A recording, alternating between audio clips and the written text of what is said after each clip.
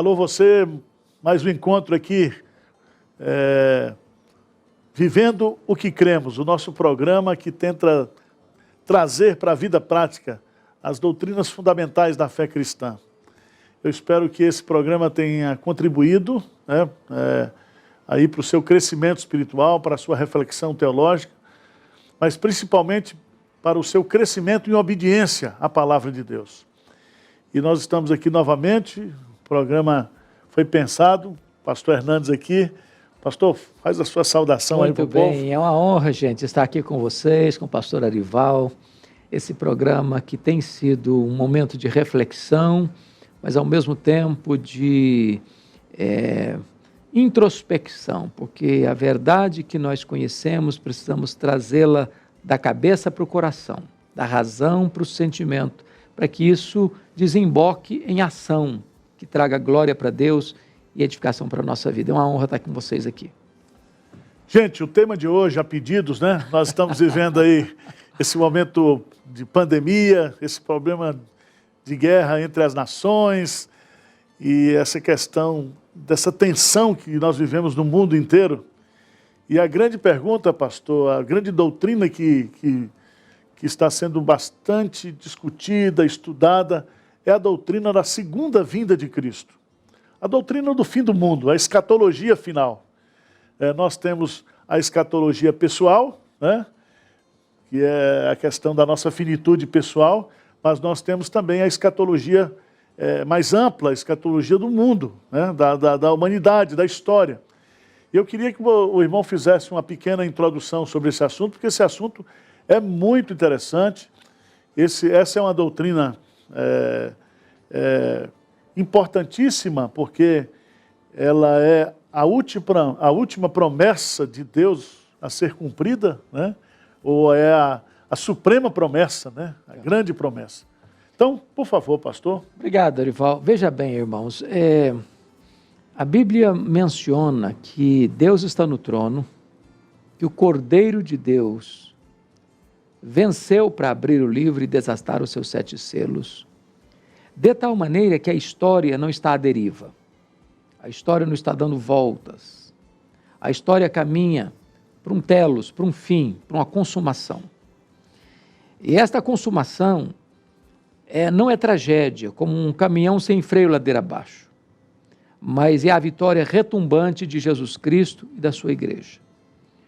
A escatologia trata da segunda vinda de Cristo, da ressurreição dos mortos, do juízo final e da bem-aventurança eterna e da condenação eterna. Então, esses fatos robustamente documentados em profecias, porque há mais profecias sobre a segunda vinda de Cristo que sobre a primeira vinda de Cristo.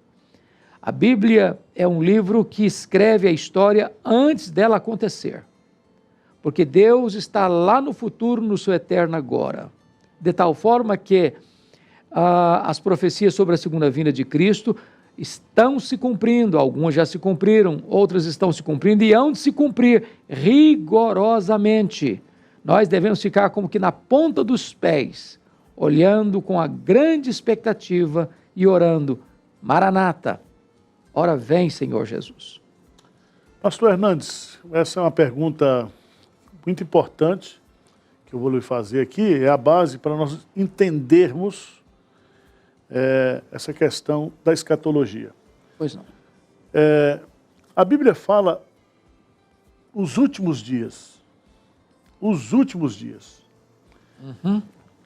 O que seria isso, né? Qual é o período que cobre aquilo que nós chamamos de últimos dias?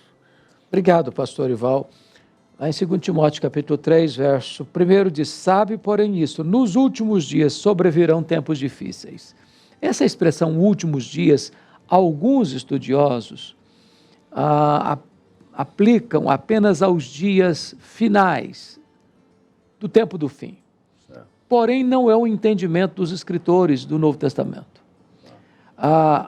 Os últimos dias é um termo usado para o momento em que Cristo vem até o momento em que Cristo volta.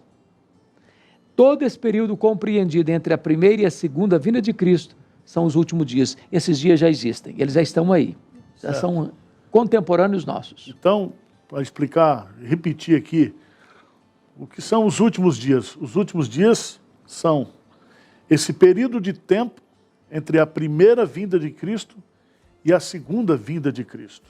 Nós certo? já estamos no tempo do fim. Então, nós já estamos vivendo os últimos dias. Os últimos dias. Agora, quando nós estudamos os sermões, eu quero partir dos evangelhos, eu não quero partir das cartas de Paulo, mas dos evangelhos, do ensino de Jesus no sermão profético. Ele fala lá de princípio das dores, Sinais. né, os sinais que vão apontar. Ele fala sobre a grande tribulação, né, e ele fala então da segunda vinda de Cristo. Explica isso para a gente aí, pastor, resumidamente, é porque ele não trata do sermão profético sobre milênio, sobre arrebatamento da igreja, no sentido depois como é tratado. Como é que você vê isso? Pois não. Veja bem, Jesus trata desta matéria em virtude de dar uma resposta a uma pergunta que foi feita. Certo. Que sinais haverá da tua vinda e da consumação dos séculos? E Jesus começa então dizendo o seguinte, olha, vede que ninguém vos engane. Então o primeiro sinal que Jesus aponta é o engano religioso. Depois ele fala de guerras, de rumores de guerras. Depois ele fala de terremotos. Depois ele fala de pestilências, de epidemias, ou no caso de uma pandemia como a que nós estamos vivendo. Depois ele fala do esfriamento do amor, da multiplicação da iniquidade. Tudo isso faz parte daquilo que nós chamamos de começo das dores. Depois Jesus fala de um período em que é caracterizado no Novo Testamento como a grande tribulação, o levantamento do homem da iniquidade, o pouco tempo de Satanás e a grande apostasia. É um período de intensificação do sofrimento, da ação do diabo, das forças do mal, do abandono da fé, onde, conforme Apocalipse capítulo 13, todas as nações, sem exceção, vão cultuar, adorar a besta, o dragão e a besta, exceto os que têm o selo de Deus. Exceto, ou seja, nenhum filho de Deus, nascido de novo, selado com o Espírito Santo, vai apostatar da sua fé. Não há ninguém que perde a salvação. Foi salvo aí, foi enredado com isso, aí perdeu a salvação. Não existe essa possibilidade à luz desse texto. Então, basicamente, pastor Ival, é dentro dessa conjuntura aí. Agora, não sei, talvez você vai tratar disso no futuro, eu não vou antecipar sobre essa questão aí de arrebatamento, porque esse termo hoje ele é muito confuso na cabeça de muita gente, arrebatamento segunda vinda. Sim. O que eu entendo, né, é que nos últimos dias a igreja de Cristo sempre estará sob perseguição, sempre estará em grande tribulação, sempre estará sofrendo com dores. Nós temos hoje, né, mais de 300 milhões de cristãos no mundo que estão sendo perseguidos, morrendo, né, a igreja perseguida hoje.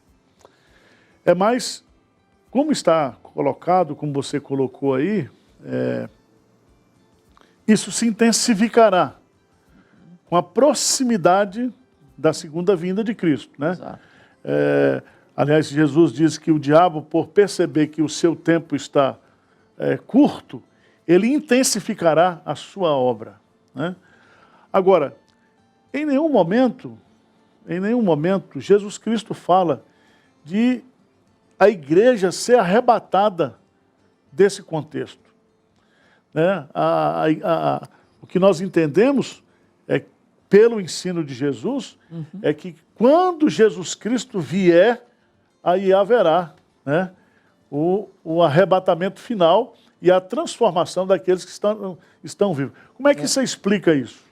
O grande aspecto é que, veja bem, até o ano de 1800, não se conhecia a corrente mais popular hoje em algumas igrejas chamada de pré-milenismo, dispensacionalista, pré-tribulacionista. Nos 18 primeiros séculos do cristianismo, ninguém falava nisso, ou ninguém conhecia isso. Então começa com John Nelson Darby, e essa linha se populariza com a Bíblia de Scofield, com as obras de Hal Lindsey, com a revista chamada da Meia-Noite de Vim Malgo, com a tomada dos seminários teológicos pelos liberais, começaram os institutos, muitos deles caminhando para a área do fundamentalismo, e popularizou-se demais essa posição. O texto que usam para esse arrebatamento é o texto do sermão profético, né? Quando Jesus diz assim: então 2 estarão no campo, um será tomado e deixado o outro.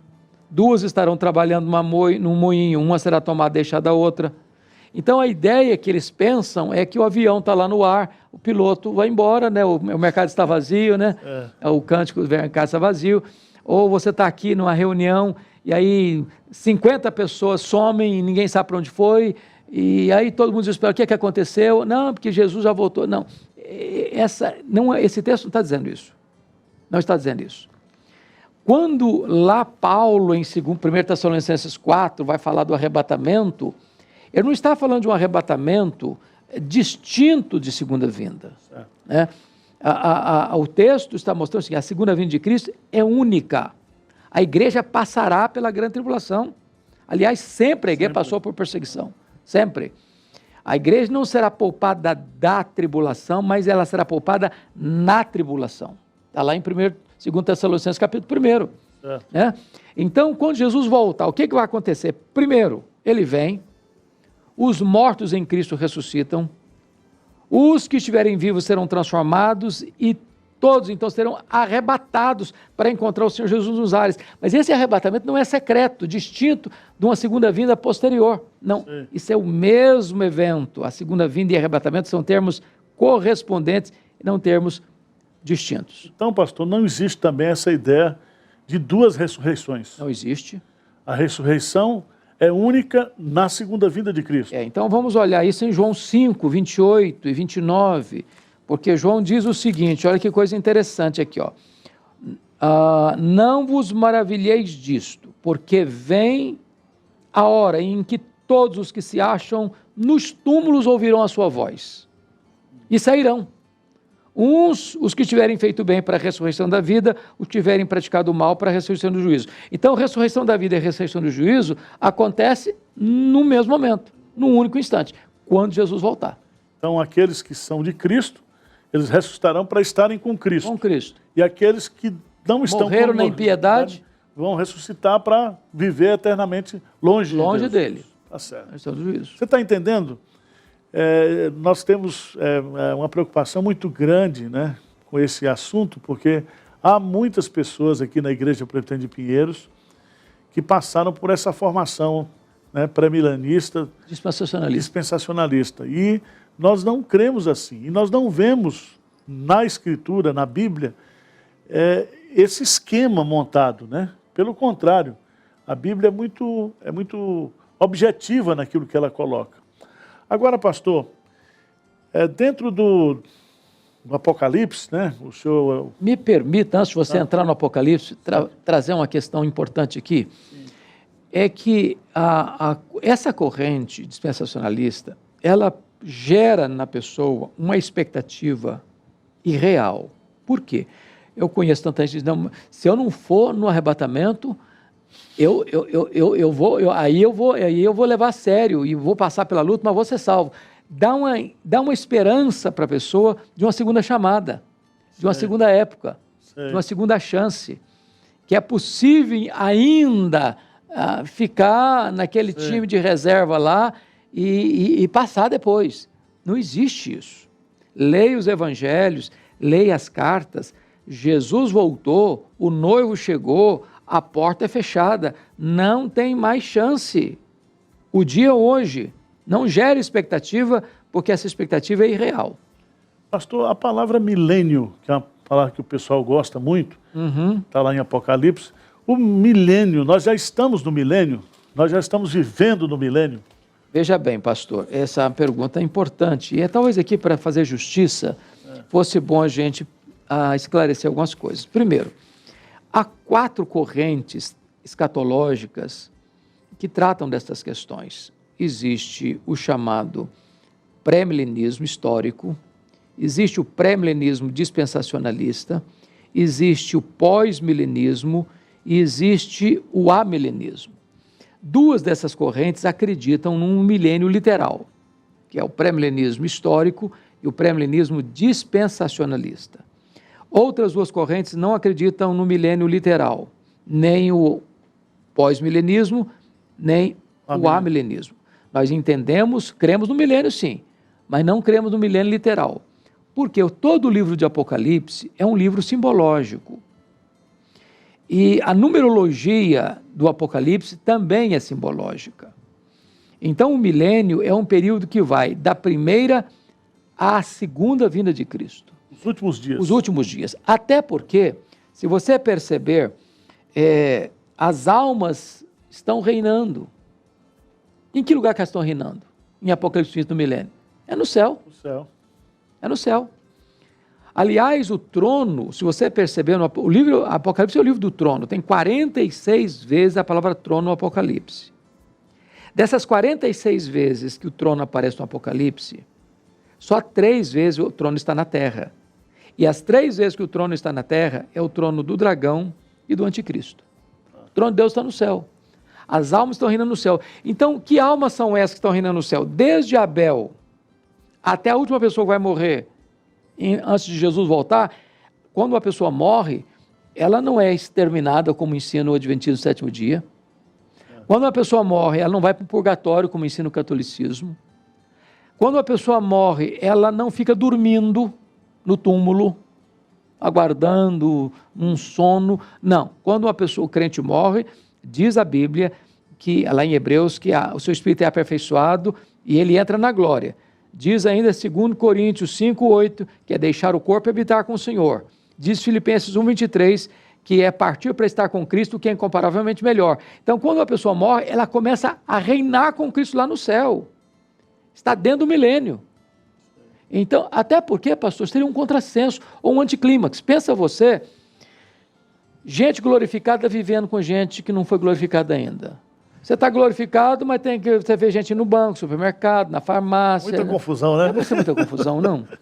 Então, o reino de Cristo é espiritual. Meu reino é daqui, disse Jesus. Então, é muito importante. Agora, eu não sei, né? A Bíblia fala do espírito do anticristo, que há muitos anticristos que já estão aí no mundo, né? A nossa confissão de fé de Westminster, quando foi escrita, colocava a figura papal como o anticristo.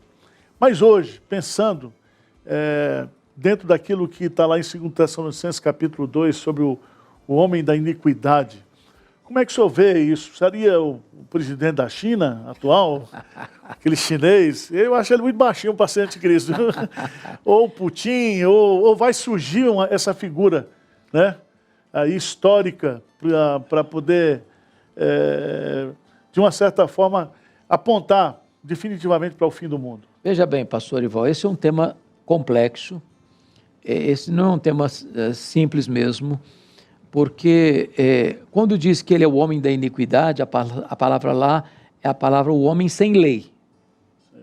É o homem sem lei, é o homem que não vai respeitar governo, é que ele vai se autoproclamar uma própria espécie de divindade, ele será uma espécie de encarnação de Satanás. Então Satanás vai dar para ele todo o poder, toda a autoridade de Satanás vai estar na mão dele. Então, chega a ponto de Apocalipse, capítulo 13, me permita a leitura aqui desse texto, está escrito o seguinte: foi-lhe dado também que pelejasse contra os santos, os crentes, e os vencesse. Deu-se-lhe ainda autoridade sobre cada tribo, povo, língua e nação, e adorá-lo-ão todos os que habitam sobre a terra, aqueles cujos nomes não foram escritos no livro da vida do Cordeiro, que foi morto desde a fundação do mundo. Então, só para entender, ele vai lutar contra os santos e vencer, no sentido de que os crentes preferem morrer a apostatar.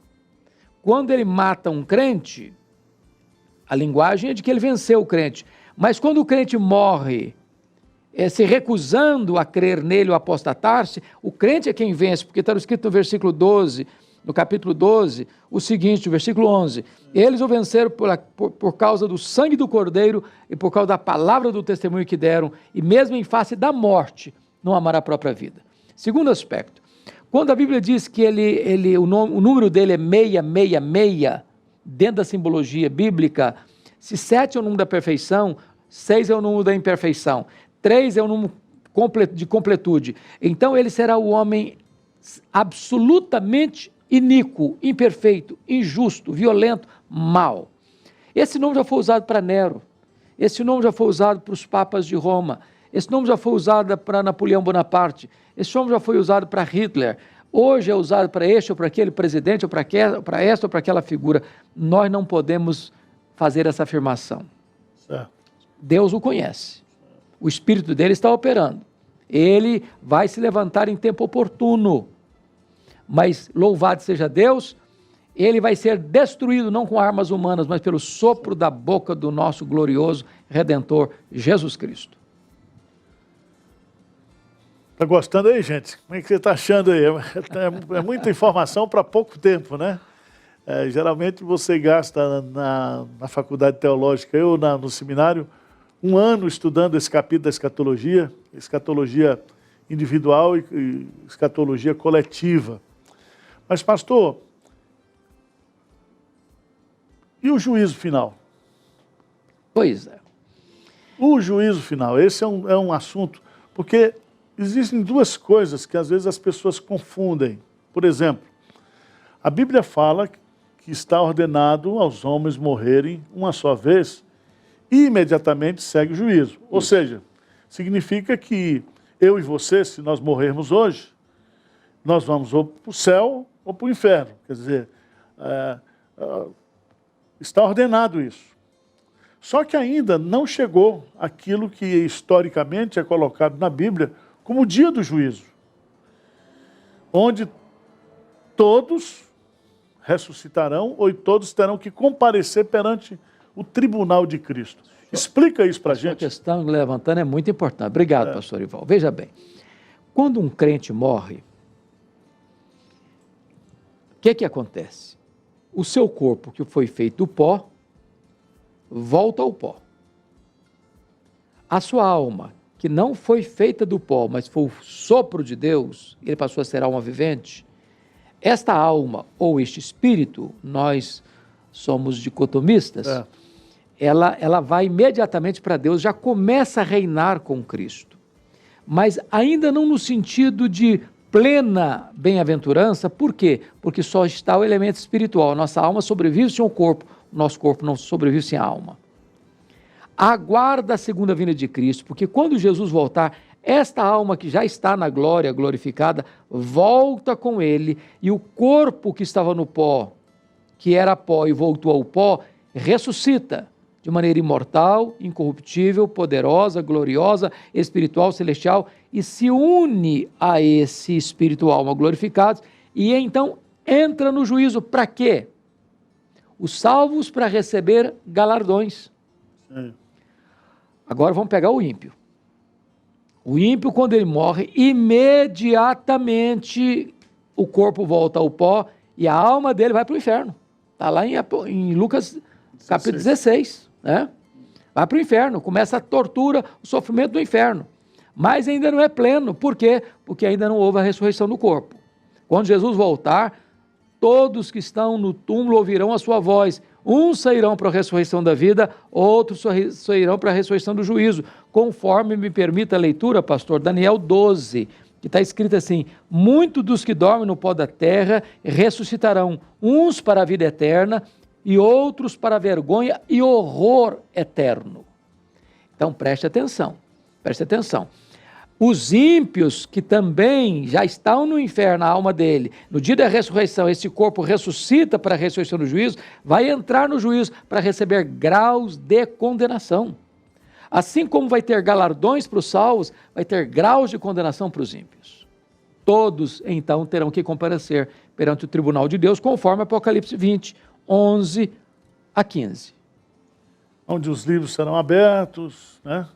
Isso. Onde todos serão julgados, segundo estiver escrito nos livros, porém, a salvação não é pelo julgamento dos livros, porque o critério dos livros ali é obra, é justiça, pelas obras todos estão condenados, por isso que um outro livro será aberto, o livro da vida do Cordeiro.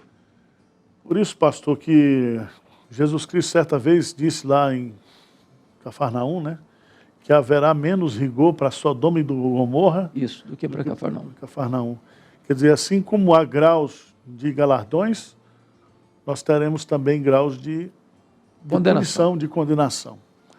Tá bom, pastor, nós estamos chegando ao final. Pois é, passa rápido, né? Passa rápido esse programa.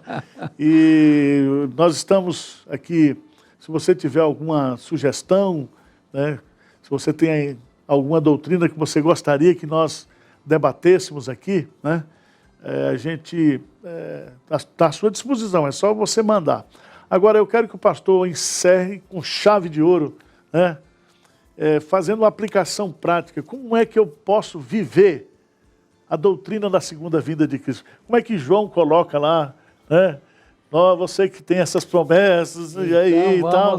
Vamos lá. Como é que a gente deve viver essa doutrina, né? Você já deu a dica. Então, vou pegar a dica que o pastor Ival deu, que está lá em 1 de João, capítulo 3. Deixa eu ler para você, porque isso aqui é precioso.